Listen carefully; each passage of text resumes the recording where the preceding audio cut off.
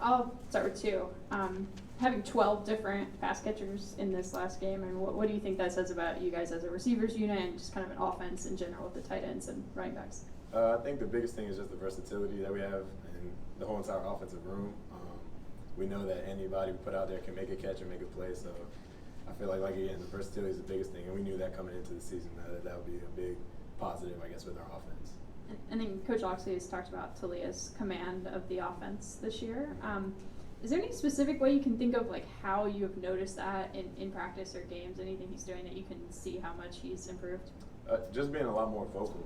I think compared to maybe last year, if some things kind of slipped a little in practice, it might take a little more coaching and stuff like that to kind of get everybody back on track. But like I said earlier, it's a player-driven team, and when something starts slipping in practice, he's on it quick. So he doesn't let, and then we're on it as well. So it's not really him being the quarterback having to control everything. I think us as receivers, and then even the running backs, they get on their respective rooms. But he's kind of like the overseer of everything. Ryan, to your right. Hey Brian, my question is, this is basically like a big opportunity for you guys. Yes, Both teams are undefeated. I believe it's the first time since 2016 since Maryland's been 4-0 up to this point. Just what is you guys' thoughts about this big opportunity to face a top 5 team on Friday night? I think the biggest thing is just treating it like every weekend. I think when you try to, I guess, weigh the situation and everything, I think your priorities can kind of get out of line and stuff like that. And then you start making mental errors and stuff that happens like that. So the biggest thing is really just treating it like every weekend, treating it just like giving every team the same respect each and every weekend going into the game. And the back to help us. A little bit of a follow-up on that last question. I know you and so many other guys on this team came here to play games like this where you're undefeated. You're playing another team that's undefeated. It's prime time. It's a huge game. How excited are you? Maybe you're not thinking about how important it is, but how excited and what's it going to feel like to take the field and be a part of such a big game like this? Yeah, super excited. Being that again, it is a Friday night game. We haven't had those opportunities since like high school when you really think back to it. But we're very excited, and we know Terp Nation is going to come out and kind of just enhance the excitement level. So we're really ready for it. Dave, to your right. Coach was very complimentary about the Iowa defense and how strong they've been against the run and the pass in their short sample size. What have you seen on tape? What is it about them that makes them? It feels like they're one of those teams that their whole is much greater than the sum of its parts. Yeah, they're a very disciplined team across the board, from D-line to the secondary. We know that they're going to play fast, they're going to play hard, and they're not going to take any plays off. So the biggest thing with us is just staying disciplined within our routes, staying disciplined within our execution, not taking any plays off as well, because you never know when that one play that could spring the changing moment in the game could happen. So I feel like all across the board, we got to block hard, we got to run hard, we got to catch every pass that's thrown our way, and I think that'll be kind of like the deciding factor of the game.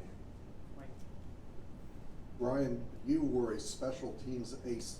You're the guy that you look for running down there to blow up the return. Yes, sir. And then you go out as a receiver. Is there a difference in your football mentality between those two positions? I think both. It's a killer mentality, kind of in a different way. I know I got to be a little more technical from the receiver standpoint, knowing my depths, knowing how to get out of certain routes and stuff like that. But all in all, it's just me putting foot to the gas and going 100 miles an hour every time I'm on the field. And that's what I try to implement in the special teams, because that's a key part of the game as well. And I feel like I can kind of make big plays on the special teams as well as on offense. That's what I try to do every time I stepped out there.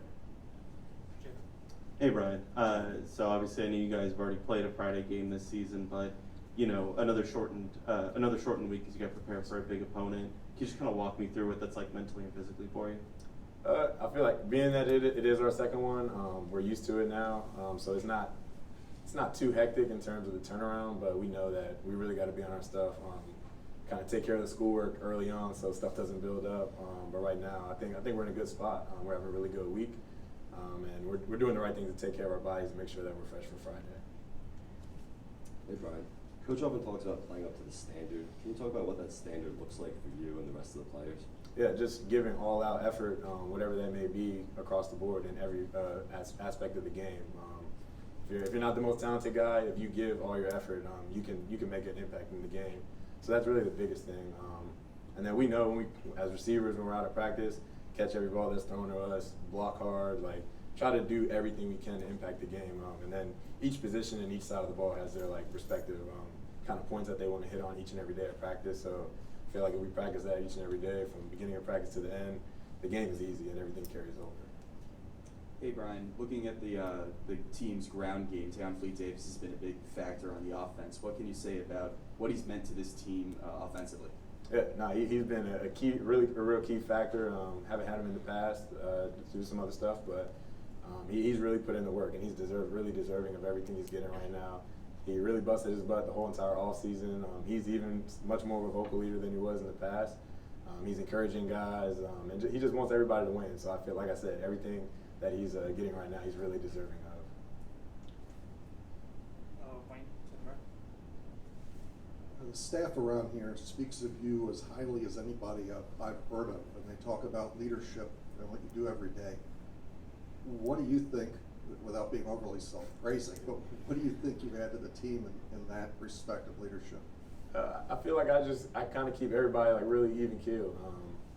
No matter what's going on, whether we're up high in the game or down, I feel like I'm the balancing factor in everything. And then every day at practice, I challenge the defense to be on their best, and I challenge the offense to be on their best, and I hold myself to the same standard. So I feel like being here for some time and kind of implementing that over the years, and now being older, so a lot more guys look up to me.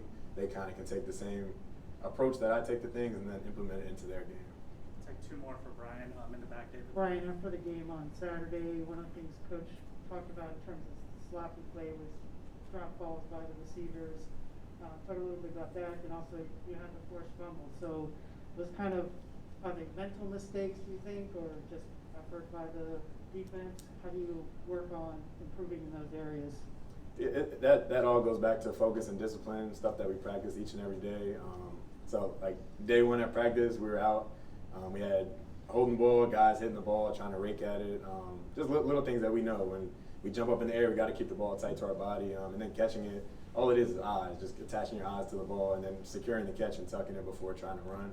So we're still practicing that each and every day after each practice for 20, 30 minutes after practice.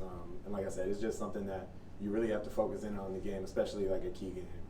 Last one, Ryan on the right. I gotta ask, have you been paying attention at all to the AP top 25 rankings? Because it's like Maryland's kind of getting up there, cracking the door into the top 25. So, get your thoughts. Is that something you or any of your teammates pay attention to? No, I don't think we really pay attention as a group. Like obviously we hear the buzz and stuff like that, but all in all, we're just trying to go put the best product out on the field, and then that stuff will take care of itself.